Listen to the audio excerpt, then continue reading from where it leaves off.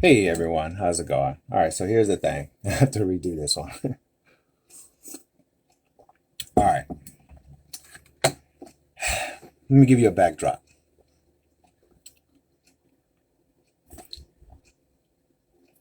A mother, and when I say mother, single mom with kids. She has kids. Of course, she's a mom, right? That's evident. But here's the thing. If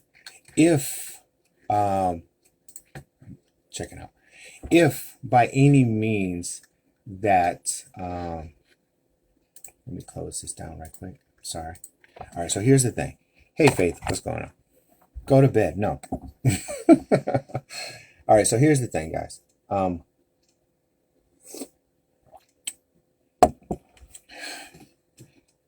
Single moms. I want to start talking a small series about single moms, and it's kind of hard and complicated by itself because it is so broad.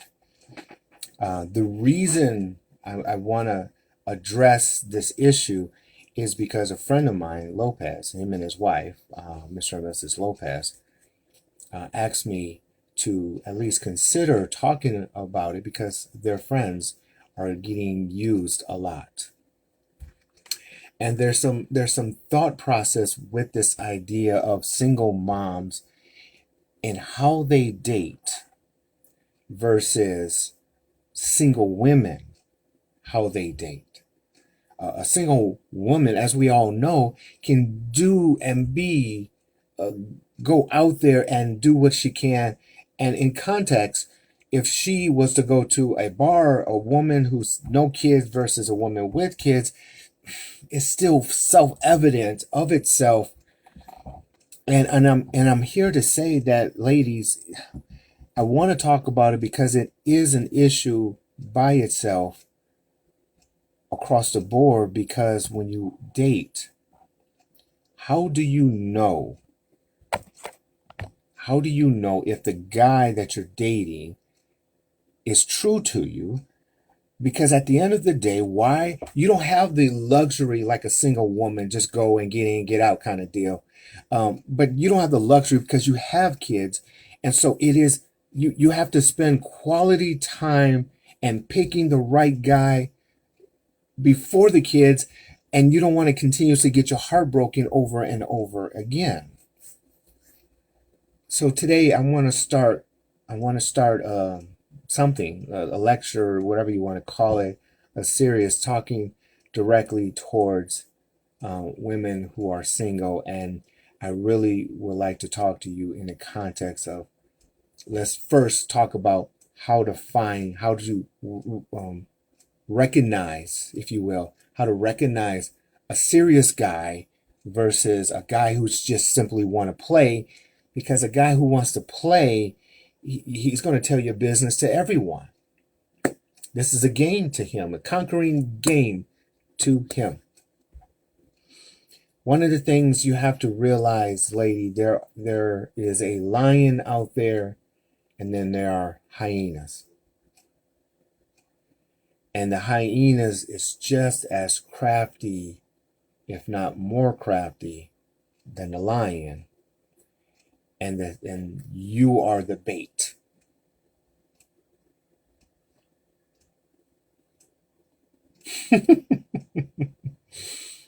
I'm not going there. Anyway, so it's not about me today. And yes, I'm growing it back.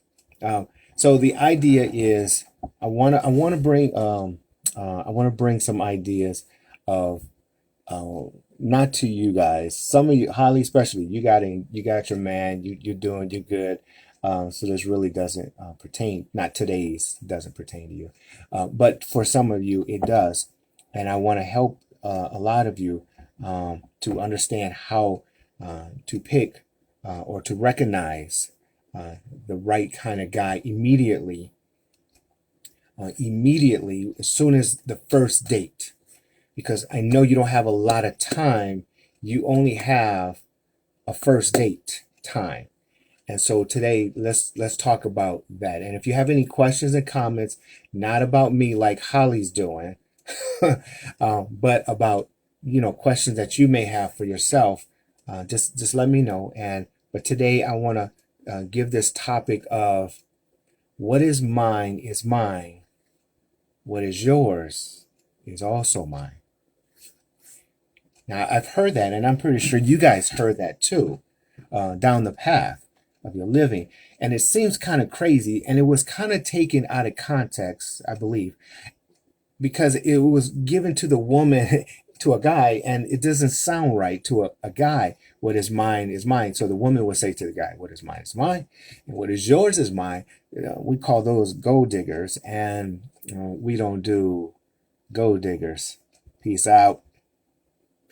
And so on the flip side, if a guy says it, though, think about this, ladies. If a guy says, what is mine, what is yours is mine, what is he really trying to say to you? Is he really trying to say he's trying to steal from you? Or is he trying to say, I'm going to take care of you and yours? See, when a guy says what's yours is yours and mine is mine and yours is yours, but yours is mine too, he's willing to take responsibility of it. Now, it sounds good, but how do we determine if he's right or wrong? All right. I'm going to take myself and use myself as the example of what I would do. Now, keep in mind, what I'm about to say is at a professional level, the executive level. I'm not only a doctor, but I'm also an executive businessman. And so what I'm about to say in what I do and how it applies, it could be different if a guy is just simply a student or a first year in his career. Okay, here's the thing. All guys across the board is going to do one or two of these things. If you have interest in me, we'll go on a first date. Don't count what we talk about yet in the conversations that you talk 2 or 3 hours. Don't worry about that part. I'm talking about the first date, just when you first go out. If he gets past your conversation and you actually going out on the first date, I want you to be mindful of this. As an executive, and I take my team out, and if I'm trying to pitch a deal to someone, I'm selling it to someone, and if I'm trying to acquire something from someone, I'm actually taking something from them. And so when we do business, there is a business in the office position, and then there's a do business when we go out. When we go out for lunch or dinner and we're doing business, I'm selling them, pitching them an idea, meaning I'm selling them something, and then or I'm acquiring something from them. And if I'm acquiring something from them, then they're giving me something. Okay, here's the thing.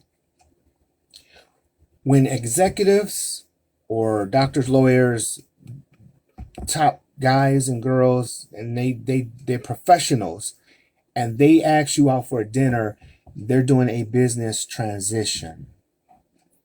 One of the things a lot of people don't realize when it comes to first dates, and this is for all of you, especially moms, when you go on a first date, a lot of guys are going to ask you out. And when you go out, I want you to be mindful of this.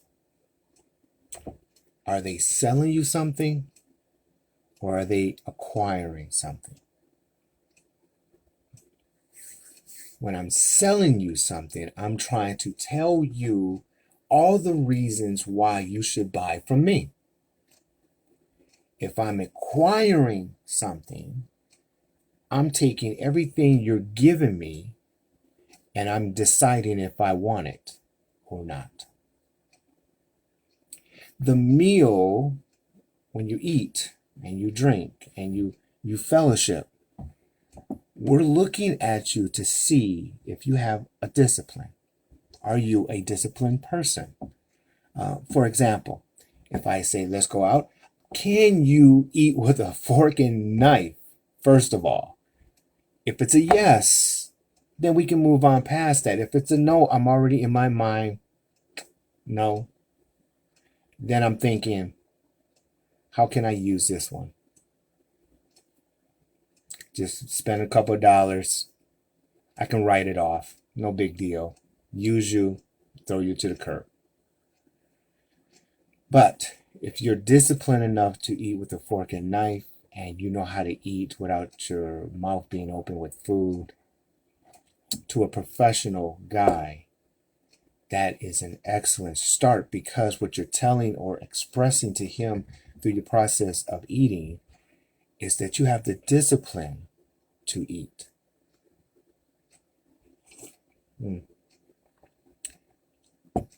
Keep in mind, an executive type guy he's not selling, more likely. He's not selling himself. He's confident in who he is. He has a successful business. He has a decent house. He has a decent car. He's got a lot of toys. He's got himself. You're selling yourself to him. He's acquiring. And what you're selling yourself is you. And the first stage, hey Amy, what's going on? Hey Emmanuel, what's going on? The first stage is, do you have the discipline to eat in front of me? And the key of understanding is, if you embarrass me while I'm acquiring what you're selling me, I don't want what you got. I don't want it. But if you don't embarrass me, then I can have some possibilities into this thought, this meal, this date, this first date. There's some possibilities. Hey, hi, Alicia. How you doing? So a professional, first thing is, he's going to dress up, because that's what he knows. He's businessman. He's a doctor. He's trained to do this. An executive is trained to do this. Now, yes, men need respect. So we're going to talk about that in a second. A hot second. Give me 1 second, Alicia. A professional, doctor, lawyer, attorney, any business owners, any executive is trained to go and eat, because that's where we do business. And the first thing in business is, do you have the discipline to eat with a fork and knife and conversate without your food falling out? If you cannot embarrass me, then you got a chance. If you embarrass me, I'm going to use you. That's just the way it is, moms. Because I'm there to acquire. You're selling. I'm acquiring. If you can't pass the first test, okay, fine. So I really want you to pay attention to what I'm saying to you, mothers, right? Single women. And that is this: when you go on the first date, it is not that you are acquiring from him. He's acquiring from you. You're selling to him. Because here's the thing, and I've said it numerous times, I'm not trading in my loneliness for chaos. And if I'm not trading my loneliness for chaos, when you're on a date to an executive, you're presenting chaos or not. And if you're presenting chaos, you just automatically know he's going to use you. And he's going to use you as much as he sees fit. And then when you put that block on him, if you put that block on him, that executive can walk easily. Why? I can't be the other way. Well, yes, you can be, but in context, think about it this way. We're talking more, Amy, we're talking more of a guy, a single mom position. So typically a single mom in her position is an independent woman. True. You really are an independent woman. And by definition of the independence is, you don't need a man, technically. You're taking care of yourself. You're taking care of your kids, right? So technically you don't need a man. But a single mom wants a man, don't need a man. So, and an executive guy wants a woman don't need a woman because in context, he has his business. His business is his first love. His profession is his first love. Your first love is your kids. And then secondly, your business. But the business seems like it's first, but it's not. It's your kids. And in context, if your kids is first love, your business is second love, then he becomes third. The question at hand is, you have two things above him, and he knows that. And in context, as an independent woman as you are, right? As you are, Amy, as independent as you are, he knows he's third. He's an executive. He's not stupid. He knows he's third. And in context, when he's seeing you and he knows you have kids, not only does he know he has thirds, but he's even considering, am I even qualified? Do I even want to be in this step-parent issue, role model issue? So technically, Amy, I hate to say this, but technically, yes. So technically, he's actually acquiring, and his acquiring is to see if you first, the woman, can pass his standard.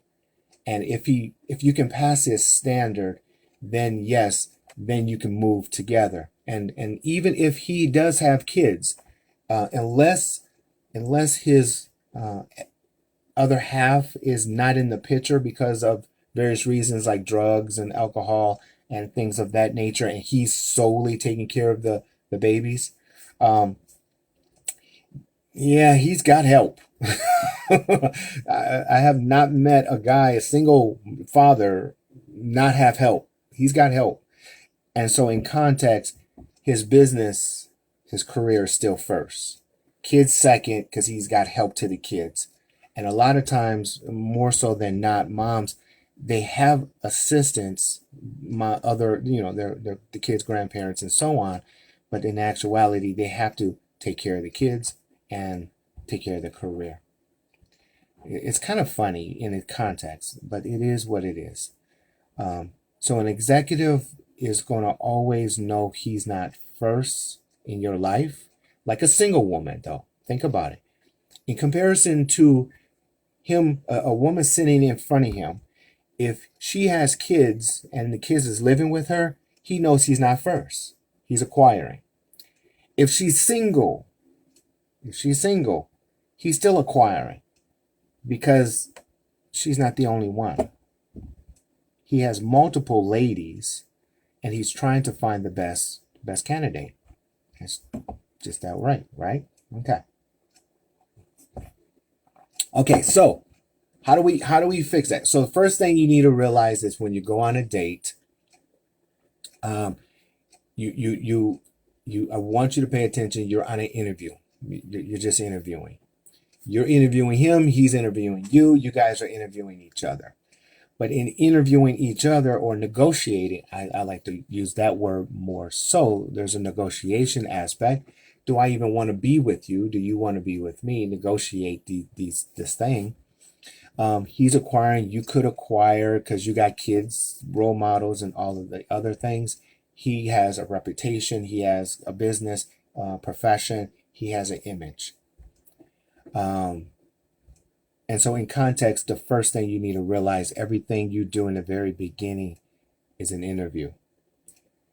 Second thing I want you to pay attention to is in the conversation, does he have a plan? Or does he say, I just want to grow old with you, as an example? If his conversation is selfishly, if his conversation is, I want to have fun, if his conversation is a good future, but no plan, he's playing you. A professional guy or a serious guy who's serious about you, he has a plan and a purpose. Okay, a plan and a purpose. His purpose is, I got a business, I got a career, and all of these things, and I need a woman to be in my life. Okay, however that looks like. And at the same time, a guy who doesn't, he's just playing the game. He's just concerned about getting with you just for you, not a plan to take care of you and the kids. Even if he could afford it, he just might simply say, I just want to be with you. Again, he just wants to be with you. And if he just wants to be with you, then he's not considering the kids. And if he's not considering the kids, then we have some issues. Because he has toys, a car or a motorcycle or a private jet or however that looks like. If he's only inviting you, then just know that he's only inviting you, not the family. And if that's the case, then he has no plan to be with you long term. Regardless of what he says, he just has no plan. A guy who's serious about you is always concerned about you and the kids. Always. From the get-go. If he likes you and you can give yourself and he accepts you acquiring, right? Okay. Then he will always make plans, of course, with you, because he's still trying to get to know you, but he's also inquiring the kids and he's trying to get to know them too. And that's where it gets kind of tricky, ladies. I know you set in your mind that you don't want every guy to come and see your kids, which is understandable. But if the guy likes you and you like the guy, he's also interviewing you and the kids. And if you deny him the kids, depending on his patient level, he's just going to move on. So a guy who's serious has a plan. He will say, we will come to this date, I negotiate, I like you, you like me, get to that stage, and then say, I got a plan and a purpose and means of what I'm doing. And a person who doesn't, and you'll know, you just know. If he's only taking you out, if he's only having fun with you, if he only has toys and boats and trips for you, and not your kids, that should tell you something.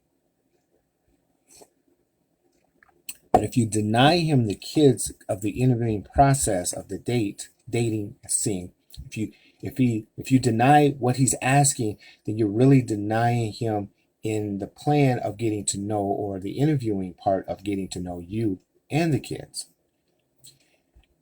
And I understand you don't want to do that, because after all, you don't want your kids to see that you're like in and out of relationships. But at the end of the day,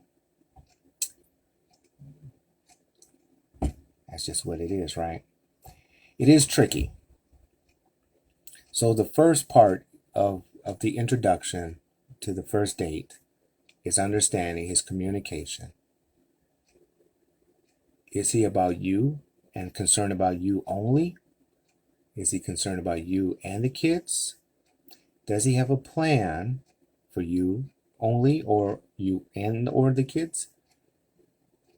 And understanding, if he doesn't, he's playing the game. If he does, is concerned about the kids, then just be safe with it, but trust it sometimes, and then watch.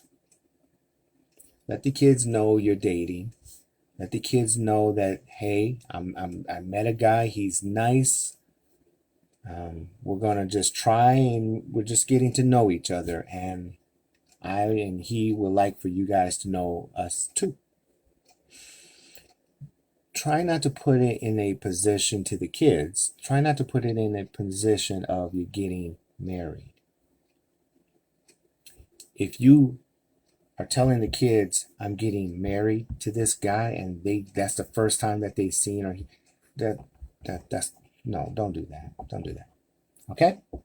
All right. So, a professional, he has purpose.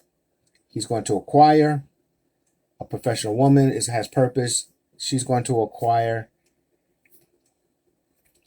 And once you get past that position Then if the guy is all about you and the kids, boom, good, good, all right.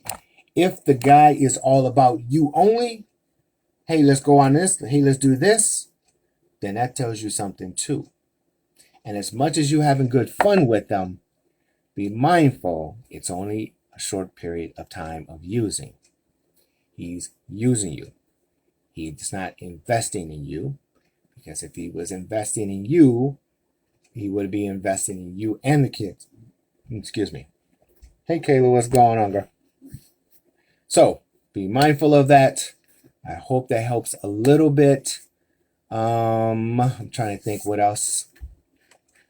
Yeah, I think that's all we can talk about tonight. It is getting a little late, and I gotta head on out. I got a busy day tomorrow. Other than that, have a great, great night, and I will talk to you guys another time where we'll get past that, or this, I should say. All right, have a good night, guys. Bye-bye.